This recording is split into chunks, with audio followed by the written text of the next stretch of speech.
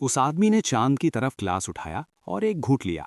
उसे लगा वो बस खुद का मजाक उड़ा रहा है, लेकिन उसने कभी सोचा भी नहीं था कि चांद सच में जवाब देगा। जब वो सुबह उठा तो पूरी तरह हैरान रह गया। उसे यकीन ही नहीं हो रहा था।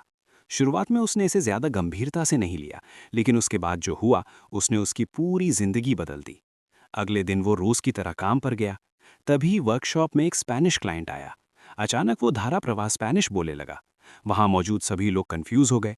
किसी को एक शब्द समझ नहीं आया, लेकिन वो आदमी जिसने सिर्फ प्राइमरी स्कूल तक पढ़ाई की थी सब कुछ समझ रहा था और बड़े कॉन्फिडेंस से जवाब भी दे रहा था। और भी अजीब बात यह थी कि उस दिन के बाद से उसे पढ़ाई का जुनून चढ़ गया। वो लगातार एक के बाद एक किताबें पढ़ने लगा। अगर वो ज्यादा देर तक नहीं पढ़ता तो उसे बेचैनी और खालीपन महसूस होता। वो अपने दोस्त के पास गया और बताया कि वो खुद को रोक ही नहीं पा रहा। उसका दोस्त ही सुनकर हंस पड़ा, लेकिन अगले ही पल रेडियो से अजीब सी खड़खड़ाहट की आवाज आने लगी। दोस्त ने कहा, ये मिलिट्री का एन्क्रिप्टेड मैसेज है, हमारे जैसे लोग इसे समझ ही नहीं सकते। लेकिन उस आदमी ने ध्यान से सुना। उसका चेहरा गंभीर हो गया। थोड़ी देर बाद उसने पूरा मैसेज सही सही ट्रांसलेट कर दिया। दोस्त को लगा वो मजाक कर रहा है। वो थोड़ा अजीब सा हंसा। तभी उस आदमी ने कहा, मोर्स कोड में जवाब दो।